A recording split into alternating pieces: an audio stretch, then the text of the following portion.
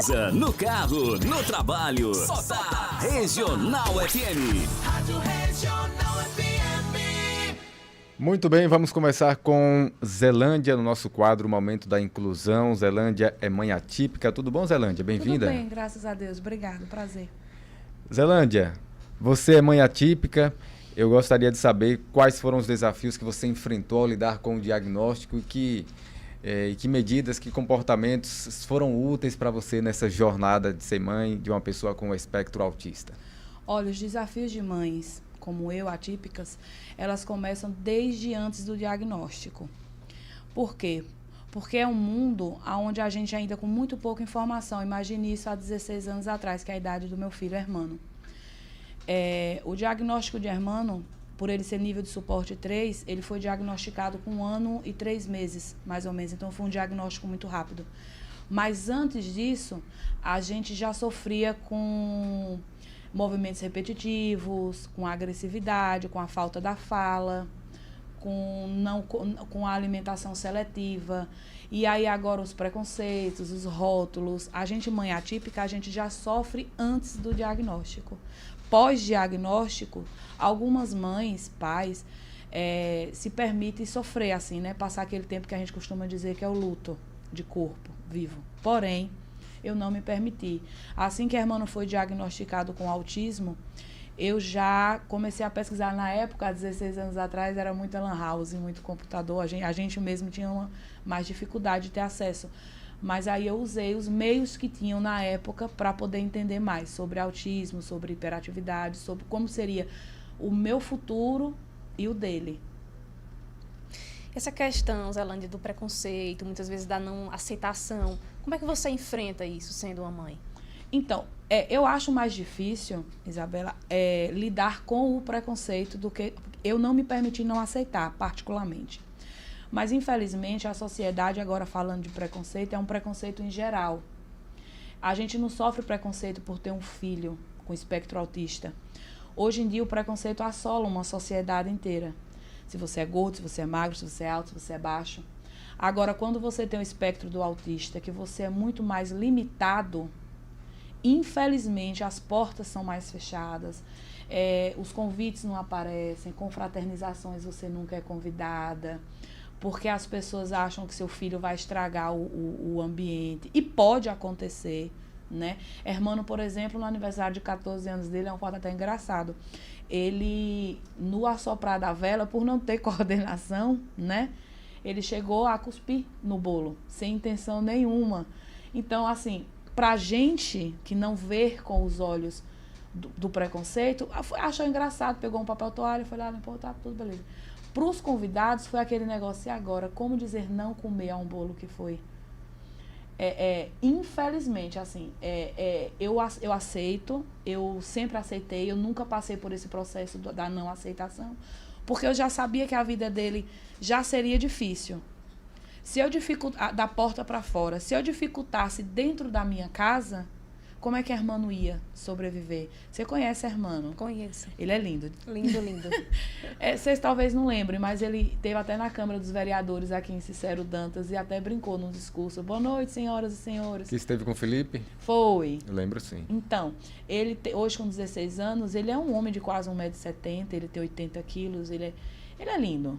Gente, falar de Hermano para mim é bem complicado. Mas, enfim, o que assola muito, infelizmente, é a questão do preconceito. A aceitação, eu acho, assim, não julgo as mães que sofrem, porque cada uma recebe o diagnóstico à sua maneira, a seu modo. Mas eu acredito que a gente tem que ser o alicerce desde o começo, quando a gente já percebe que os filhos da gente não respondem pelo nome, que tem movimentos estereotipados, que tem algum tipo de convulsão, que sofre por não conseguir brincar com o coleguinha da maneira convencional. Então, tudo isso a gente tem que prestar atenção e não se permitir o não aceitar, porque eu vou te falar, o mundo lá fora para ele já vai ser mais difícil. Se você facilitar em casa, é melhor. Muito bem. Só para deixar mais claro, por exemplo, a gente sabe que o rádio é sem fronteiras, né? Todo mundo ouve. O que é ser mãe atípica, por exemplo? Porque tem pessoas que não entendem muito, né? Sim. Pode explicar. Sim. Olha, é uma pergunta que você acredita que até hoje, e olha que eu faço palestra há muito tempo sobre isso, e até hoje ninguém me fez diretamente essa pergunta. Mas é excelente. Ser mãe atípica, hoje, no caso, né, que é ser mãe de criança com espectro autista, eu vou te falar de uma maneira, de uma visão pessoal minha, como eu me sinto sendo, né? A gente sofre a exclusão como se o autismo também estivesse na gente. A gente deixa de ser vista, infelizmente. A gente deixa de ser ouvida. O espaço que vocês estão dando hoje, que é de suma importância, não para mim só, mas para várias mães, tem várias mães nesse momento, né, assistindo, que são pessoas atípicas, mães atípicas. Ser mãe atípica não é fácil, viu? Porque, olha, você não tem hora para dormir, você não tem hora para se cuidar, você não tem hora... quando eu soube mesmo do convite para eu estar aqui hoje, eu fui dormir ontem quase às 2 da manhã. Vive só para ele, né? Vivo só para ele. Só para ele. Unicamente, exclusivo. E eu tenho 3 filhos. Então, você imagina, eu tenho uma de 5 anos, por sinal, Maria Helena. E ela sente o reflexo um pouco da minha ausência, porque ele necessita mais de mim com 16 do que Maria Helena com 5. Então, a alimentação é diferente. Eu só como depois que ele come, eu só tomo um banho depois que ele toma e dorme.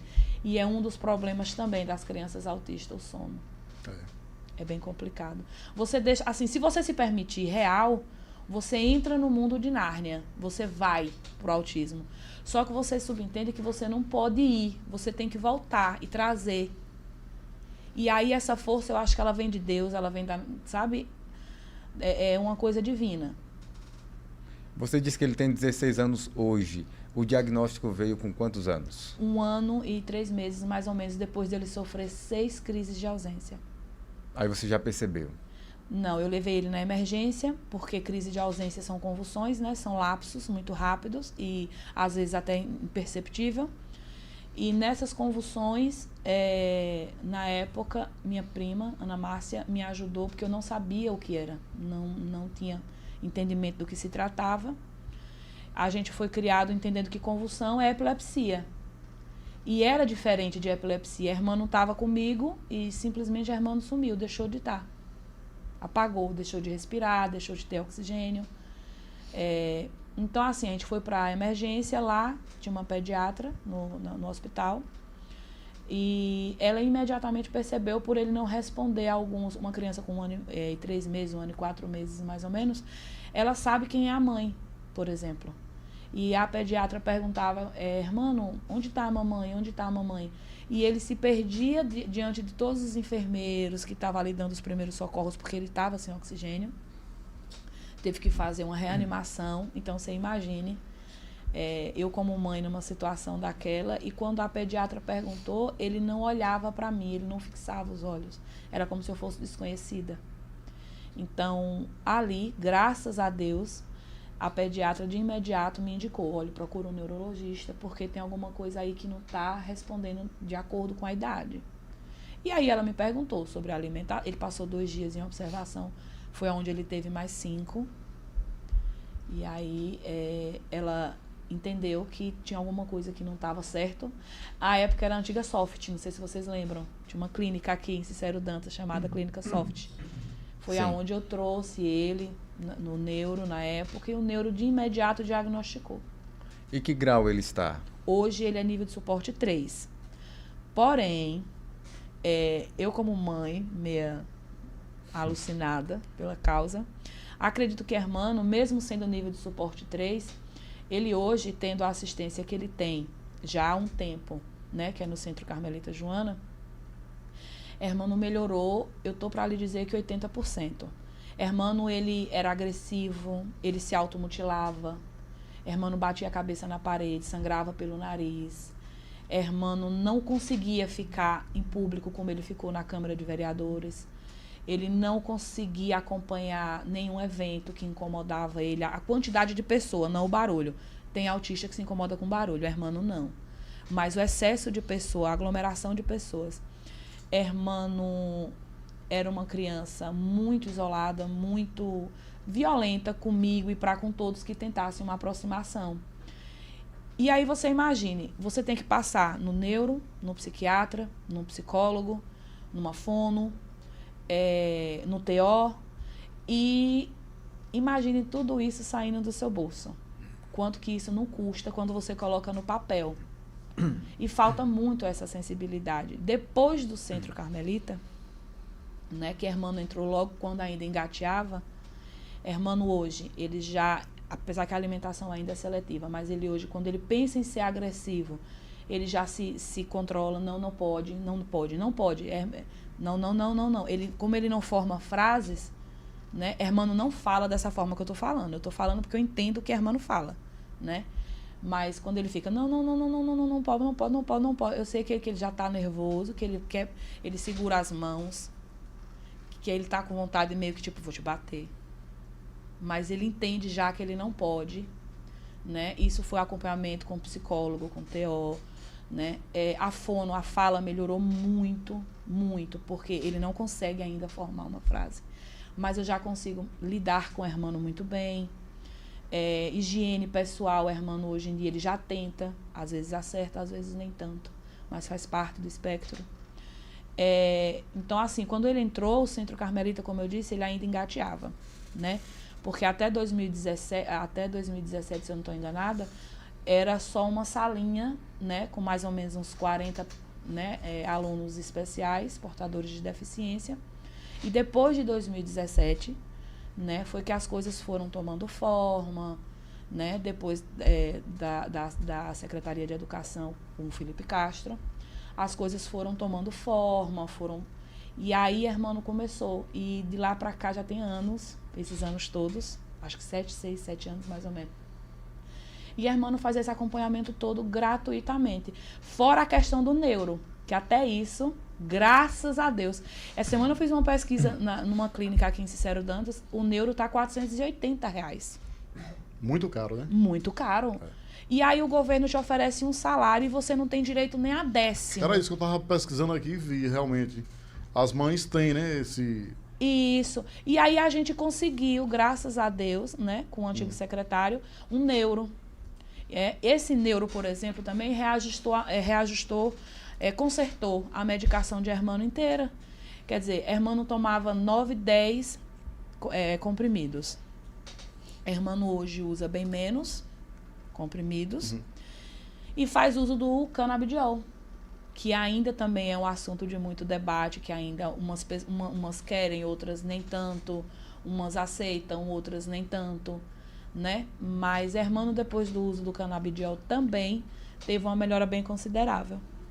Ô Zelândia, e pra gente fechar aqui, mensagem você deixa aí, uma mensagem de apoio a essas mães atípicas que estão recebendo nesse momento o diagnóstico dos filhos com o espectro autista. Que mensagem você deixa? Eu imploro para essas mães que não se permita sofrer, porque assim, mesmo sendo inevitável, você tem que se fazer forte o tempo inteiro, porque ali tem uma pessoa que vai depender de você a vida inteira. E como eu disse no início, a vida fora de casa para ele já vai ser muito árdua. Ele vai ser julgado o tempo todo. Ele vai ser mal visto o tempo todo. Ele vai ser ignorado o tempo todo. E se você não fala, se você não buscar, se você não for atrás, ele depende de você, não é você dele. Você não pode se colocar na posição de vítima nunca. Nunca. Você tem que colocar ele sempre como meta. Eu brigo, eu falo, eu vou atrás, eu permito que Hermano viva, mesmo que você não queira que Hermano vá. Mas se você me lançar um convite, Hermano vai. Hermano irá. Mesmo que no convite tenha Zelândia, eu vou ler Zelândia e Hermano, porque eu não aceito. Então eu peço às mães que, mesmo sendo difícil, mesmo não sendo tão fácil, mesmo a gente tendo que passar por preconceitos, por tantas e tantas outras situações, se façam presente, lutem pelos seus direitos. Se não conhecerem, busquem ajuda, procurem pessoas próximas que possam lhe dar mais informações e lute. Se precisar de ajuda, outra coisa também, né? A gente também, como mãe, tem um acompanhamento psicológico. Não é Hermano só que é tratado, né? A mãe também é. Então busque ajuda, tenha esperança que as coisas vão melhorar. Muito. Tá certo. Antes de você ir, eu quero só trazer aqui o comentário de algumas pessoas. A Leia Reis disse: essa é uma mãe maravilhosa, mandando um abraço para você. Regiane Batista também, bom dia. Essa mulher é um exemplo a ser seguido. Também Josefa Aparecida. E a Leia Reis dizendo: nós, mães atípicas, precisamos muito de suporte. Você quer mandar um alô para alguém? Todas elas. Olhe, todas elas. Inclusive, eu fiz até uma escrita breve. Não sei se eu vou poder ler. É bem breve. Aí, pode ser. Posso pegar? Então, peraí, rapidinho. Porque é exatamente sobre essas mães. Você pediu um recado para as mães e eu acho muito pertinente. Só que, como minha cabeça não é tão 100%, né, para tanta coisa, tanta informação, eu fiz uma escrita rápida, bem rápida, para eu poder ler para essas mães. Eu rotulei como desabafo de uma mãe de autista. E é exatamente assim que eu quero, assim, que aonde minha voz estiver chegando nesse momento, eu quero que vocês entendam que é exatamente assim que uma mãe se sente. Quando o sol nasceu hoje, acordei sabendo que mais uma vez serei alvo de julgamento por diversas vezes ao longo do dia, pois hoje, infelizmente, não será diferente de ontem. Minhas atitudes, ou a falta delas, serão consideradas equivocadas, permissivas ou castradoras por alguém em algum momento. Minha imagem refletida no espelho revela uma mulher cansada. Sem dúvida, as limitações e dificuldades trazidas pelo autismo do meu filho são grandes obstáculos a serem enfrentados, mas meu cansaço maior tem outra origem. O que me leva à exaustão física e emocional são os muitos julgamentos e críticas, os olhares de reprovação em direção e me recriminando. Jamais busquei a perfeição. E mães atípicas nunca busquem essa perfeição, que essa perfeição, infelizmente, ela é praticamente inalcançável. Apenas almejo a felicidade de um filho. E essa felicidade passa necessariamente por uma inclusão na sociedade, inclusão na concepção mais abrangente da palavra. E para que essa inclusão aconteça, eu preciso lutar todos os dias, a cada segundo, incessantemente, para que ele tenha seu direito na educação respeitado, para que ele se faça necessário. Então, eu tenho que lutar todos os dias com unhas e dentes, com conhecimento, e se eu não tiver, eu vou buscá-los. Então, as mães façam a mesma coisa. Mais uma vez ao dia, eu preciso explicar, muitas vezes durante o dia, eu preciso explicar às pessoas o que é autismo e por que meu filho tem seus direitos, como prioridades em fila, atendimento ao público ou privado. Alguns compreendem, mas a grande maioria não faz o menor esforço para isso. E isso cansa, mas a gente não pode se permitir cansar. Existem dias tão difíceis que sinto vontade de fugir para bem longe de toda essa sociedade hipócrita. E em alguns desses dias fico imaginando como deveria existir um lugar onde eu e a irmã pudéssemos ser felizes sem ninguém para recriminar o que fosse que ele fizesse. Mas aí eu me lembro que a tarefa de ajudar a construir esse lugar é minha.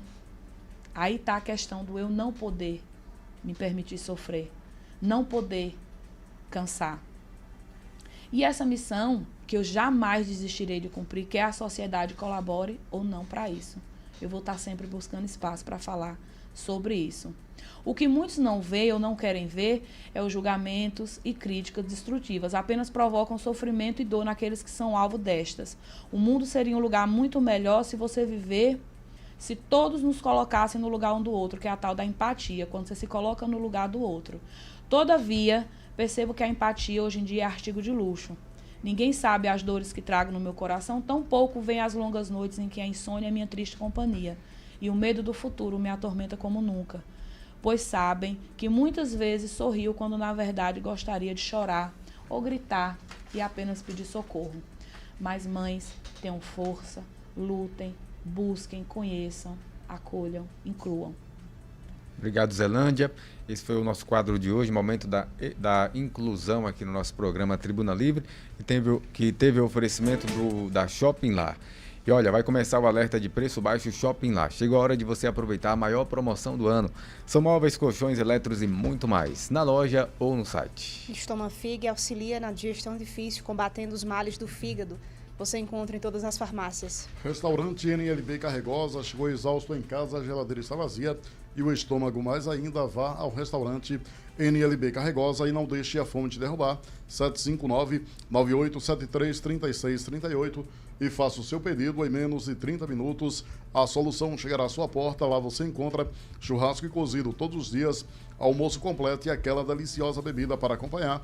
Localizado na Rua Edgar Santos, após o Hospital Organização Luciano e Família.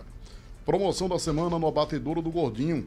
Bucho bovino da Friboi, passarinha por R$ 9,99 o quilo, galinha dura R$ 7,99, frango mole fresco R$ 9,89, coxa e sobrecoxa R$ 9,99, peito com osso R$ 14,99, filé de peito a granel R$ 17,99, carcaça de frango 3 quilos por apenas R$ 4,99, filé da sadia bandeja por R$ 19,99, carnes de porco, costela R$ 13,99, rinhada R$ 13,99, passuína R$ 13,99, toscana de churrasco saudável, pacote de 5 quilos por apenas R$ 69,99, fígado de boi da Friboi R$ 7,49, coração de boi da Friboi R$ 9,99, mocotó de boi da Friboi por R$ 8,49. Caixa de hambúrguer Resende com 36 unidades, R$ 29,99. Salsicha Seara, pacote de 5 quilos por R$ 34,99. Sardinha já tratada, R$ 9,99. Promoção válida à vista, indo buscar nas lojas Matriz, na saída para Betânia, filial, próximo à rodoviária. Abatedouro do Gordinho é barato e sempre será. Também no oferecimento do Bio Amargo Laranja. Um abraço a todos, um ótimo dia. ZYV 566, a Rádio Regional FM 100,9, uma empresa